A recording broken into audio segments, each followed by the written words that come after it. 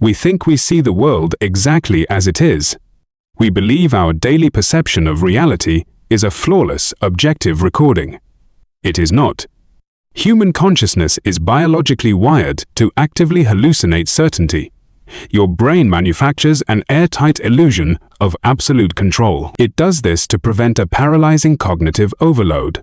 If you process the raw, chaotic data of reality, your nervous system would instantly crash. So your mind lies to you, constantly and convincingly. True wisdom has absolutely nothing to do with accumulating more facts. Wisdom is surviving psychological destruction. It is the brutal, visceral process of realizing your entire worldview is a heavily defended fabrication. Watch closely how people react when this fabrication is threatened. A middle manager sits in a sterile room for a quarterly performance review. His superior slides a printed spreadsheet across the desk. The data mathematically proves a fundamental flaw in the manager's core strategic plan. The manager does not analyze the numbers. His respiratory rate immediately drops to shallow, rapid breaths.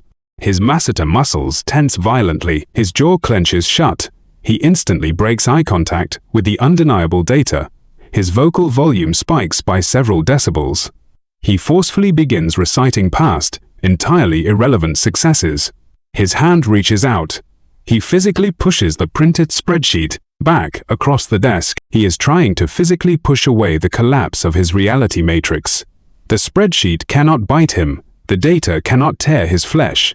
But here is the brutal physical reality.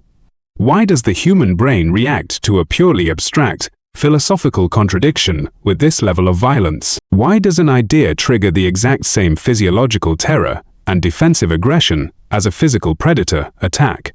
Society equates unwavering confidence with wisdom. We reward those who speak without a microsecond of hesitation.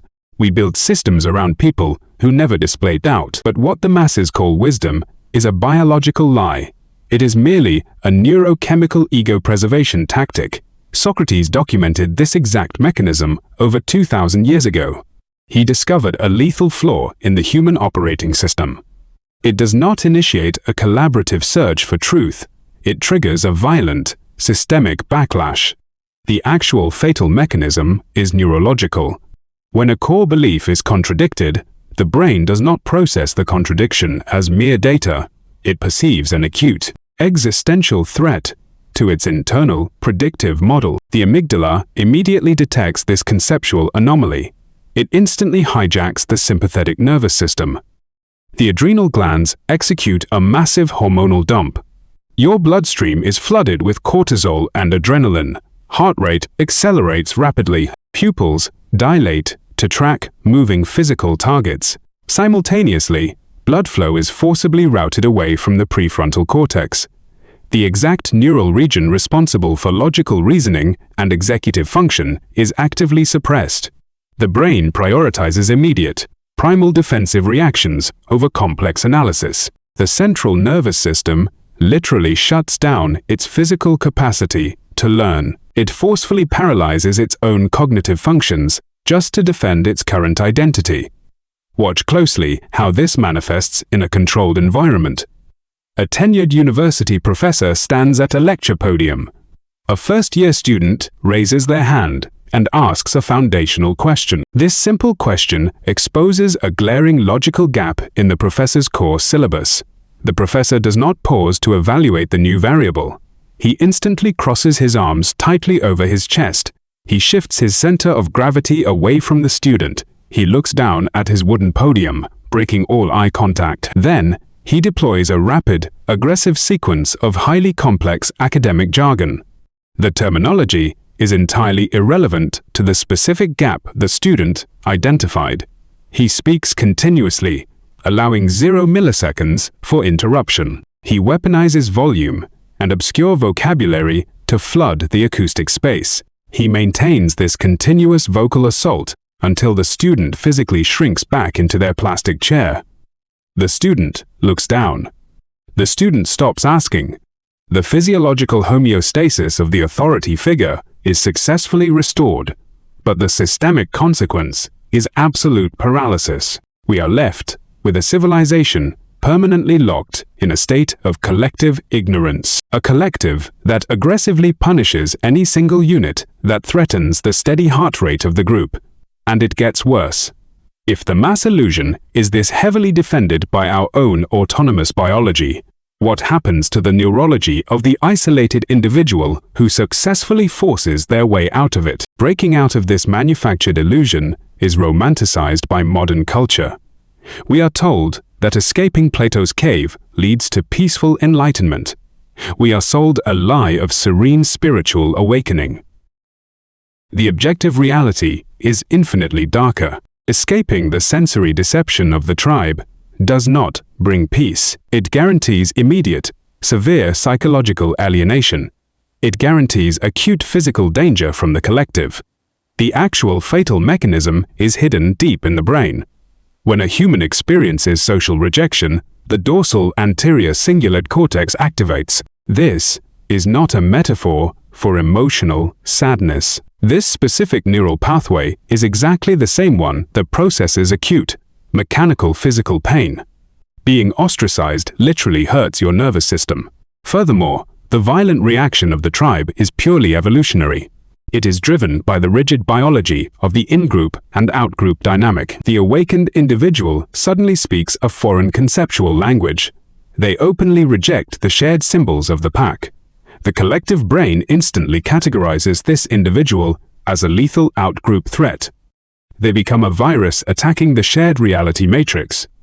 This triggers immediate, preemptive, survival-based aggression from the entire group. Watch closely how this plays out in everyday life.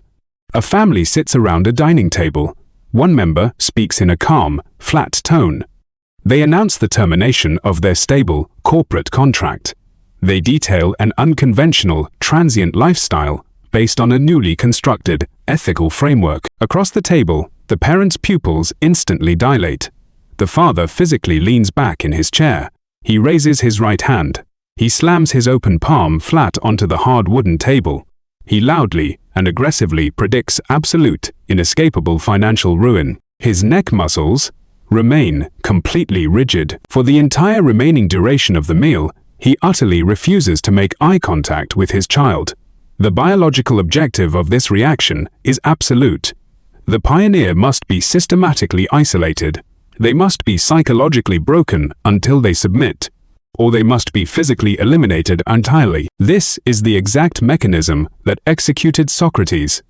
The singular goal is to ensure the collective's cave remains perfectly undisturbed, and it gets worse. What if the pioneer actually survives the violent rejection of the tribe? What if they successfully break out? They do not step into the light. They face a far more terrifying spatial and epistemological paradox outside the cave. We assume that shattering an illusion reveals the truth. We believe there is a fundamental basement to reality. There is not. Breaking out of one perceived illusion merely deposits the observer into a larger cage. It drops you into a vastly more complex, higher-resolution illusion. There is no final absolute reality that the human mind can ever physically access. The actual fatal mechanism lies in the physical architecture of the skull. The human brain is a pitch-black, completely sealed biological prediction engine. It possesses zero direct physical contact with the outside universe. It never directly perceives reality. It only receives chaotic, blind electrical signals from peripheral nerve endings.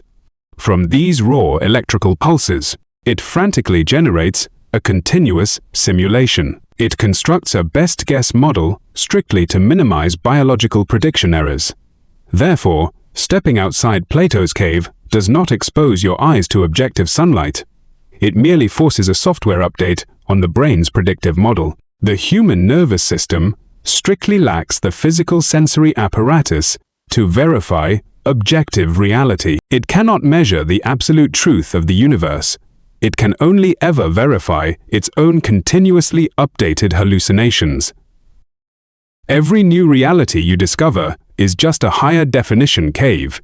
Watch closely how this manifests at the absolute peak of human intellect. A veteran neuroscientist spends a decade proving a specific theory of visual perception. She builds her entire career on a mathematically sound, peer-reviewed model. Then, she observes a newly discovered anomaly in a clinical trial. The new data mathematically invalidates her entire decade of established work. Her physical posture immediately collapses. Her skeletal structure slumps forward in the laboratory chair. She experiences acute, sudden spatial disorientation. A wave of severe vertigo hits the vestibular system in her inner ear. Her hands reach out rapidly. Her fingers tightly grip the hard edges of her desk. Her knuckles turn white under the intense mechanical pressure. She does not leave the laboratory. She spends the subsequent 48 hours continuously staring at raw datasets on her monitor.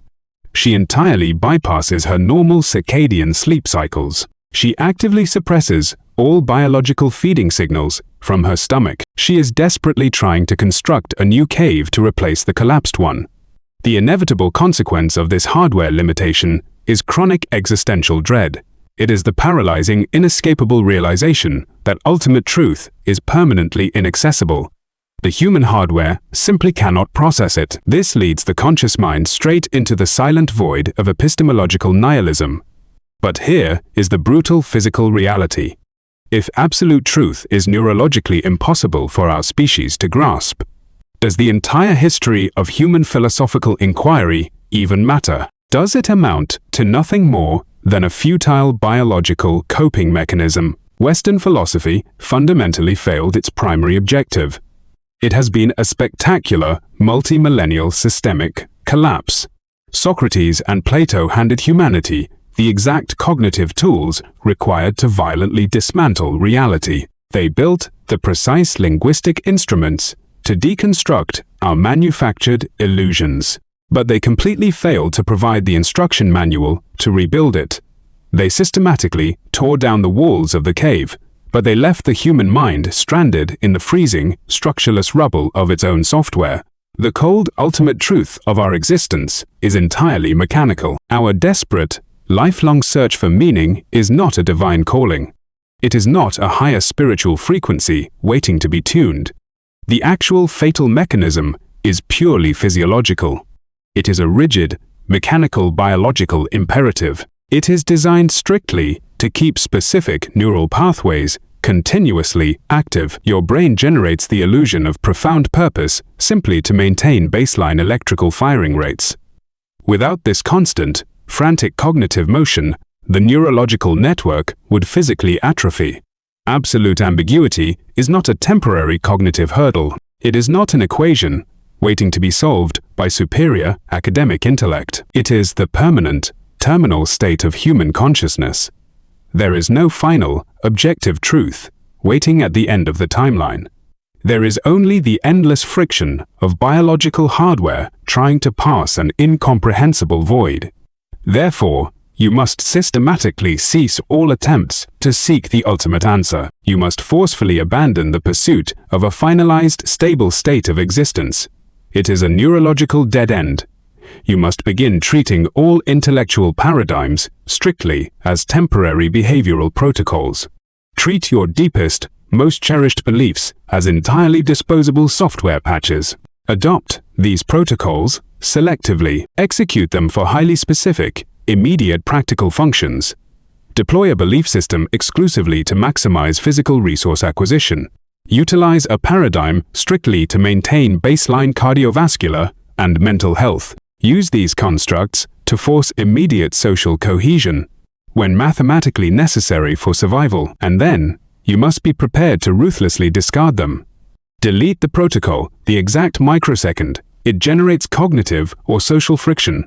Do not attach your biological identity to a temporary coping mechanism. Engage in deep intellectual inquiry, strictly to hijack your own neurology. Utilize the hunt for knowledge purely to trigger the dopamine loop of the process itself. Harvest the neurochemical reward of the search. You must accept total, inescapable ignorance as the absolute baseline condition of your daily survival. If this systematic dismantling of your reality matrix provoked a visceral, physical reaction today, if your respiratory rate shifted or your jaw clenched while processing this data, you are exactly where your nervous system needs to be. We dissect the mechanical illusions of the human mind here every single week. Hit subscribe, step into the next high-definition cave, and let's observe the shadows together.